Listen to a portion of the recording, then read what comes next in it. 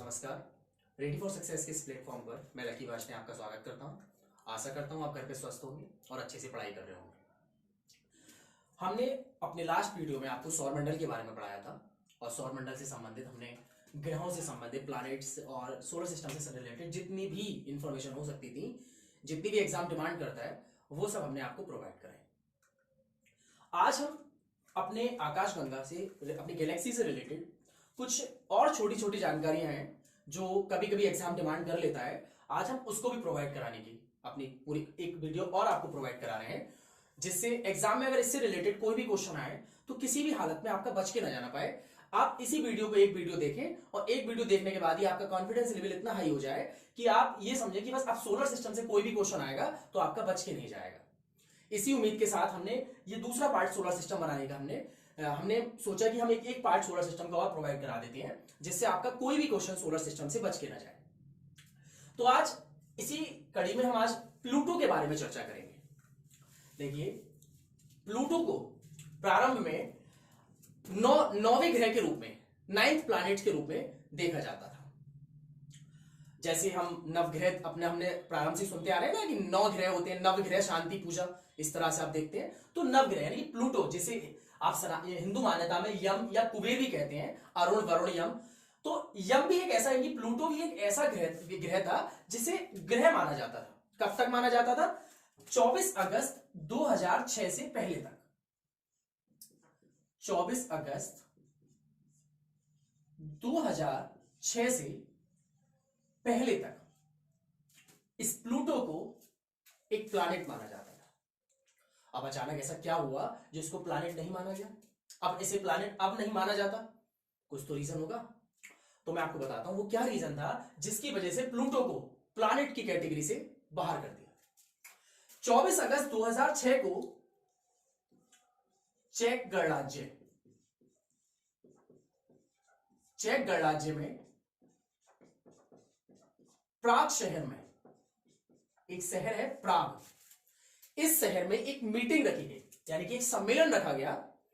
इस सम्मेलन में लगभग 75 देशों के, यानी कि 75 कंट्रीज के लगभग 2500 से ज्यादा, लगभग 2500 साइंटिस्ट ने, वैज्ञानिकों ने इसमें पार्टिसिपेट किया। कहां पर? चेक गणराज्य में एक प्राग शहर है, वहां पे एक मीटिंग हुई जहां पे 75 कंट्रीज के 2500 वैज्ञानिकों ने पार्टिसिपेट किया और कहा कि प्लूटो को हम ग्रह नहीं मान सकते। प्लूटो को ग्रह की कैटेगरी से बाहर कर दिया। आखिर ऐसा क्या रीजन था? इन्होंने ग्रह को लेकर, प्लैनेट को लेकर ऐसी कौन सी डेफिनेशन दी जिसपे प्लूटो खरा नहीं उतर पा रहा था? जो डेफिनेशन ये दे रहे थे वो डेफिनेशन को प्लूटो फॉलो नहीं कर रहा था। वो डेफिनेशन के बारे में जानते हैं कि इन 75 कंट्रीज के 2500 साइंटिस्ट ने मिलकर इन्होंने क्या डेफिनेशन दी ग्रह को लेकर। इन्होंने ग्रह को लेकर डेफिनेशन दी कि ग्रह वो है जिसके पास अपनी ग्रेविटी है, ग्रह वो है जो गोल है, ग्रह वो है जिसके पास अपना प्रकाश नहीं है, ग्रह वो है जो सूर्य के चारों ओर चक्कर लगाता है, ग्रह वो है जो किसी भी और ग्रह की कक्षा को ओवरलैप नहीं करता है, उसका अतिक्रमण, अति व्यापन नहीं करता है। मैं आपको समझाता हूं। जैसे हमने कल एक डायग्राम के उससे बताया था आपको कि ये सूर्य है और ये सन है आपका, और सन के बाद आपके फिर इस तरह से आपके एक एक करके सारे ग्रह आ रहे थे जो आपकी कक्षा को आगे हम बढ़ा रहे थे। इस तरह से इनकी अपनी एक अलग कक्षा थी, मतलब ये एक दूसरे की कक्षा में ओवरलैप नहीं कर रहे थे। लेकिन प्लूटो के साथ क्या था? जो प्लूटो है, जो हमारे लास्ट में एक ग्रह आता है, हमने आपको बताया था वरुण, मतलब नेपच्यून जो आपका ग्रह आता है, नेपच्यून, ये जो आपका ग्रह आता है, प्लूटो जो था, प्लूटो इसकी कक्षा को ओवरलैप करते हुए चक्कर लगा रहा था। जबकि 75 कंट्रीज के 2500 वैज्ञानिकों ने क्या कहा था कि जो ग्रह होगा वो किसी और की कक्षा को ओवरलैप नहीं करेगा।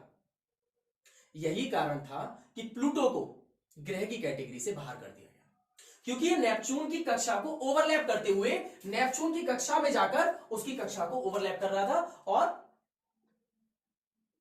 ओवरलैप कर रहा था, जिस कारण से इसको, प्लूटो को ग्रहों की कैटेगरी से बाहर कर दिया गया। ये प्लूटो था।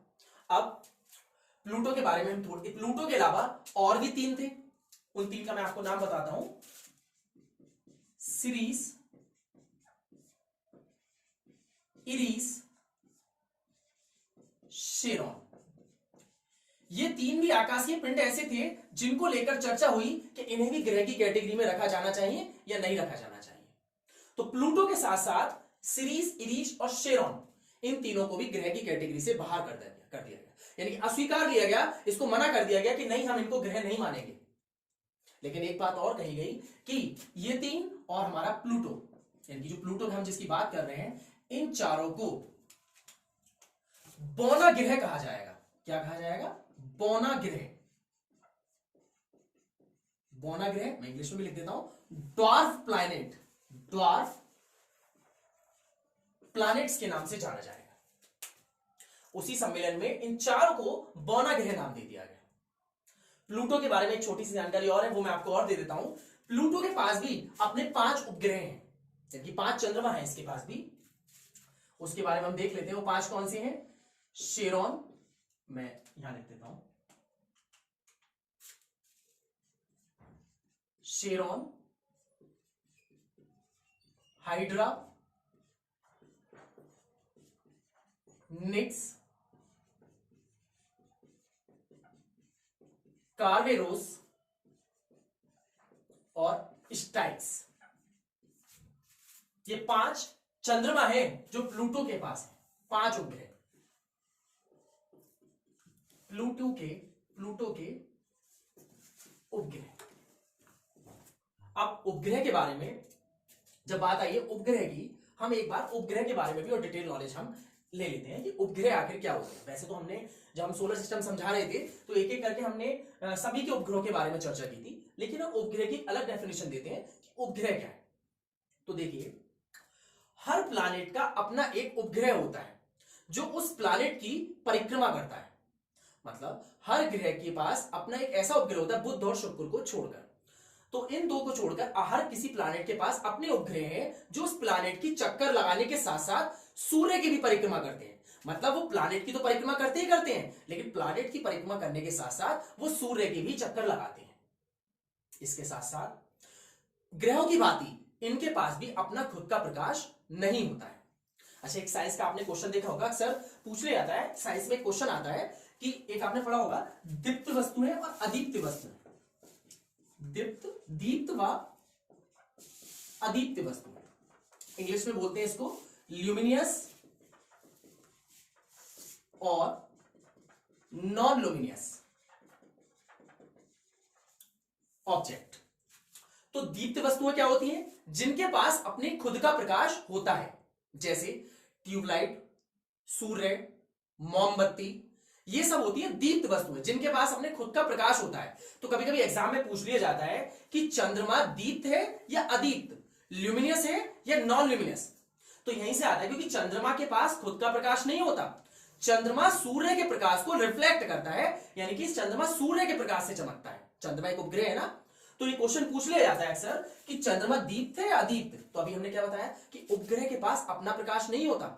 अगर चंद्रमा रात को चमकता है तो वो सूर्य के प्रकाश से चमकता है, तो चंद्रमा किस में आ जाएगा? अदीप्त में। चंद्रमा हमारा अदीप्त हो गया। तो प्लूटो के पास अपने जैसे उपग्रह थे ये, तो हम उपग्रह के बारे में बता रहे थे। तो उपग्रह क्या है? जो ग्रह की परिक्रमा करने के साथ साथ सूर्य की भी परिक्रमा करे और उसके पास अपना खुद का प्रकाश ना हो। बुध और शुक्र 2 ऐसे प्लैनेट हैं जिनके पास अपना कोई उपग्रह नहीं है। और सबसे ज्यादा उपग्रह कौन से प्लैनेट के पास है? कल हमने इस पे भी चर्चा की थी। जैसे बृहस्पति, जुपिटर जो था, जुपिटर के पास कितने थे? 67। मैं यहां एक बार मैं 67 जुपिटर के पास थी। और सैटर्न के पास 80 प्लस खोजे जा चुके हैं और अभी भी यहां पे और होने की संभावना व्यक्त की जा रही है। लेकिन किसी किसी बुक्स में आपको देखने को मिलेगा कि जुपिटर के पास सबसे ज्यादा बताएगा।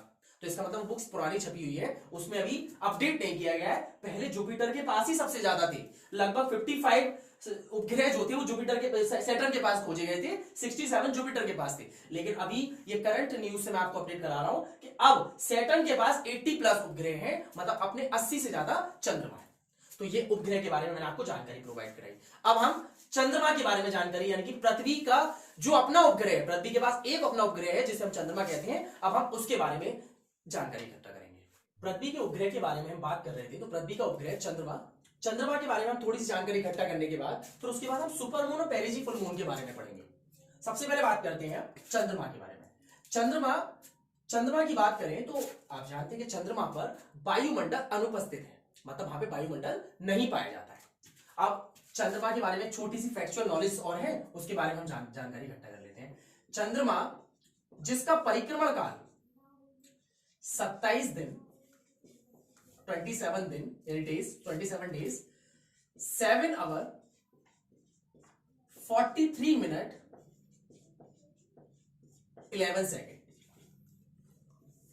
ये इसका परिक्रमण काल होता है। चंद्रमा का परिक्रमण काल यानी कि एक रिवॉल्यूशन, पृथ्वी का एक रिवॉल्यूशन, एक चक्कर लगाने में चंद्रमा को 27 दिन 7 घंटे 43 मिनट 11 सेकंड का समय लगता है। इसके बारे में एक और, चंद्रमा का उच्चतम पर्वत, चंद्रमा पर भी एक उच्चतम पर्वत है। चंद्रमा का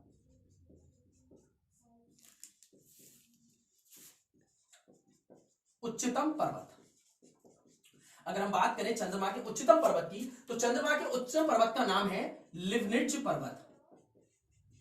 लिवनिट्ज पर्वत, ये चंद्रमा का उच्चतम पर्वत है। इसकी ऊंचाई कितनी है? फीट, मतलब लिवनिट्ज पर्वत की जो ऊंचाई है वो 25,000 फीट है, 25,000 फीट, और ये चंद्रमा के दक्षिणी ध्रुव पर है, दक्षिण ध्रुव पर है। कभी एग्जाम में पूछ ले तो ये बच के न जाने पाए, इसलिए मैंने आपको ये नॉलेज भी देना ठीक समझा। ये तो हो गई चंद्रमा की जानकारी कि हमारा जो उपग्रह है पृथ्वी का, उसके बारे में थोड़ी सी जानकारी। अब हम बात करते हैं सुपर मून की, और सुपर मून, और या इसको हम पेरिजी फुल मून भी बोलते हैं। क्या है ये स्थिति? देखिए, ये पृथ्वी है, अर्थ, इसके चारों ओर चंद्रमा चक्कर लगा रहा है। मैं आपको बताऊं, चंद्रमा जो पृथ्वी के चारों ओर चक्कर लगाता है वो पैराबोला शेप में लगाता है। पैराबोला मतलब परवलयाकार शेप में, परवलयाकार, जो इसका पथ होता है, इसका जो रास्ता होता है परिक्रमा करने का पृथ्वी की, वो परवलयाकार होता है। तो आप देख पा रहे हैं कहीं पे तो इसकी दूरी ज्यादा होगी तो कहीं पे इसकी दूरी कम होगी, कहीं पे तो ये पृथ्वी के अति समीप होगा और कहीं पे ज्यादा होगा। तो इसकी जो हम औसतन दूरी मान लेते हैं, चंद्रमा और पृथ्वी के बीच की जो एवरेज डिस्टेंस मान लेते हैं, औसत दूरी, वो हम मान लेते हैं 3,84,000 किलोमीटर। मतलब कहीं पे ये 3,84,000 से ज्यादा है तो कहीं पे ये 3,84,000 से कम है। तो इसकी एवरेज डिस्टेंस हमने एक मान ली कि पृथ्वी और चंद्रमा के बीच की जो औसत दूरी है वो 3,84,000 किलोमीटर है। ठीक है, तो देखिए एक स्थिति ऐसी होगी जब चंद्रमा पृथ्वी के सबसे अधिक निकट होगा।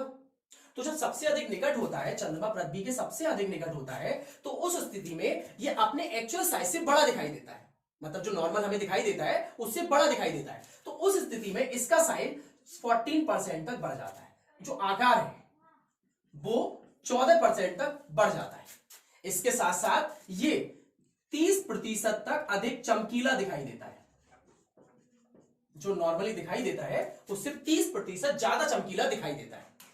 आकार, इसका आकार, सॉरी आकाश लिख दिया मैंने यहां पे, ये आकार है, इसका आकार 14% बड़ा दिखाई देता है और इसके साथ साथ 30% अधिक चमकीला दिखाई देता है।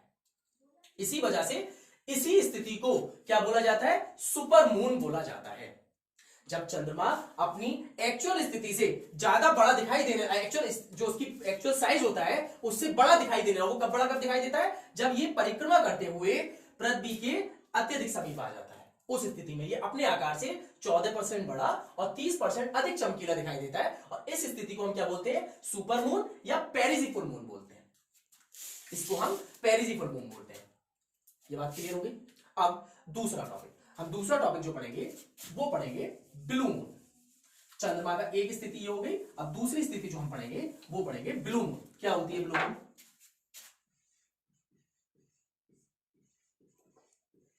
Blue moon. ब्लू मून से देखकर ऐसा लग रहा, ऐसा आप समझ पा रहे होंगे जैसे चंद्रमा का रंग नीला हो जाता है। तो आपने देखा होगा नीला तो कभी होता ही नहीं है, तो आखिर ये ब्लू मून के बारे में हमने बात क्यों की? ब्लू मून क्या है मैं आपको बताता हूं। एक माह में अगर कभी दो पूर्णिमा आ जाए, पूर्णिमा आपने सुना है, जब हमारे हिंदू कैलेंडर के अनुसार एक पूर्णिमा होती है, तो उस पूर्णिमा में अगर एक मंथ में, एक महीने में अगर दो पूर्णिमा आ जाए, पहली पूर्णिमा और दूसरी पूर्णिमा, तो इस दूसरी पूर्णिमा के दिन क्या होता है, चांद पूरा दिखाई देता है। तो दूसरी पूर्णिमा के दिन जो चांद दिखाई देगा, जो मून दिखाई देगा दूसरी पूर्णिमा के दिन, उसी को क्या बोला जाएगा? ब्लू मून बोला जाएगा। एक बार और सुन लीजिए, अगर एक मंथ में दो पूर्णिमा आ जाए, तो दूसरी पूर्णिमा के दिन जो मून दिखाई देगा उसी मून को हम क्या बोलेंगे? ब्लू मून बोलेंगे। अगर कभी कभी ये एक मंथ में दो पूर्णिमा आ गई, ये अक्सर वैसे जो होता है वो 2 या 3 साल में होता है, 2 या 3 साल में होता है। तो कभी कभी ऐसा भी होता है कि एक साल में कभी कभी कोई ऐसा ईयर भी आता है जब उस कंडीशन में 2 या 3 मंथ, 3 माह या 2 या 3 मंथ ऐसे होते हैं जिस दिन ब्लू मून यानी कि पूर्णिमा 2 या 3 मंथ में एक साथ दो पूर्णिमा आ जाती हैं। तो अगर कोई मंथ, कोई ईयर ऐसा हो गया तो उस ईयर को बोला जाएगा blue moon year. Blue moon year. Super moon और ब्लू मून के बाद अब हम एक टाइप का मून और पढ़ेंगे जिसे कहते हैं ब्लड मून, या फिर इसको हम टेट्रॉड भी बोलते हैं।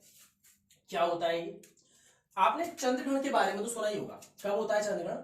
जब सन और मून के बीच में अर्थ आ जाती है, मतलब जब सन और मून के बीच में पृथ्वी की छाया आ जाती है तो उसे हम चंद्रग्रहण कहते हैं।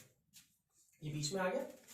अब कभी कभी ये घटना ऐसी होती है कि ये यानी कि चंद्रमा को पृथ्वी जो होती है वो पूरी तरह से ढक लेती है, सूर्य का प्रकाश चंद्रमा तक नहीं पहुंचने देती है। उस स्थिति में चंद्रमा का हमें जो रंग दिखाई देने लगता है वो लाल दिखाई देने लगता है। अब अगर चंद्रमा को पृथ्वी पूरी तरह से ढक ले, उस स्थिति में अगर यही घटना लगातार 4 बार हो जाए, जिसे हम पूर्ण चंद्रग्रहण कहते हैं, लगातार 4 पूर्ण चंद्रग्रहण हो जाए, तो यही घटना लगातार 4 पूर्ण चंद्रग्रहण की घटना जो है वही कहलाती है ब्लड मून या फिर टेट्रॉड। ये हो गया ब्लड मून और टेट्रॉड के बारे में कि लगातार 4 पूर्ण चंद्रग्रहण की घटना को हम क्या कहते हैं? ब्लड मून या टेट्रॉड कहते हैं, क्योंकि ये ब्लड की तरह लाल दिखाई देने लगता है। यही कारण है कि पूर्ण चंद्रग्रहण की लगातार 4 पूर्ण चंद्रग्रहण की घटना को हम ब्लड मून या टेट्रॉड कहते हैं। अब एक टॉपिक और बनता है इसे, इन तीनों को मिलाकर भी, जिसे हम बोलते हैं, एक minute, super blue blood moon. यानी कि अब इसमें आप देख रहे हैं super moon, blue moon, blood moon. आखिर ये कौन सा है? एक घटना 31 जनवरी 2018 को नोटिस की गई थी। 31 जनवरी 2018 को एक घटना नोटिस की गई जिसको बोला गया सुपर ब्लू ब्लड मून। मतलब इस घटना में सुपर मून भी था, मतलब सुपर मून चंद्रमा पृथ्वी के बहुत नजदीक भी था, जो बहुत बड़े आकार का था। ब्लू मून भी था, मतलब ये एक महीने में आने वाली दूसरी पूर्णिमा के दिन भी था। ब्लड मून भी था, मतलब पूर्ण चंद्रग्रहण भी था। तो इस घटना को जो 31 जनवरी 2018 को ही इसे जो संज्ञा दी गई वो दी गई सुपर ब्लू ब्लड मून की। अब इस टॉपिक में फाइनल 2 टॉपिक हमारे बचते हैं। फाइनली में 2 टॉपिक के बारे में जानकारी ले लेते हैं। उल्कापिंड व उल्कास्म क्या होते हैं, पुच्छर तारे और या धूमकेतु क्या होते हैं। सबसे पहले बात करते हैं उल्कापिंड के बारे में कि ये उल्कापिंड क्या होते हैं। देखिए, ब्रह्मांड में घूमते हुए अत्यंत सूक्ष्म कुछ ब्रह्मांडीय पिंड है, यानी जो ब्रह्मांड है हमारा उसमें कुछ अत्यंत सूक्ष्म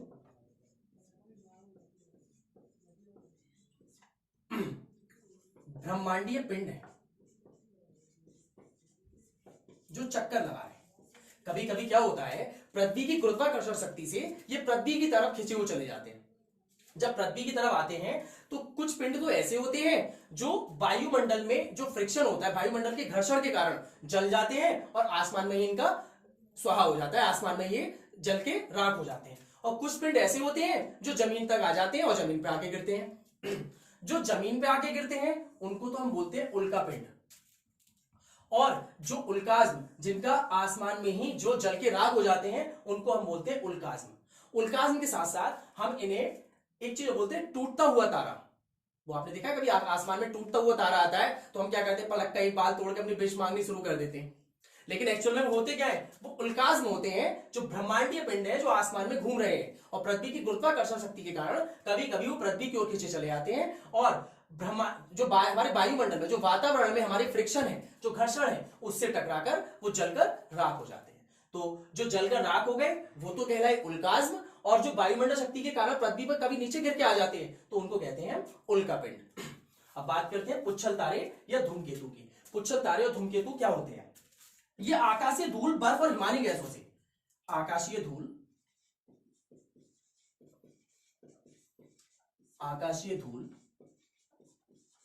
बर्फ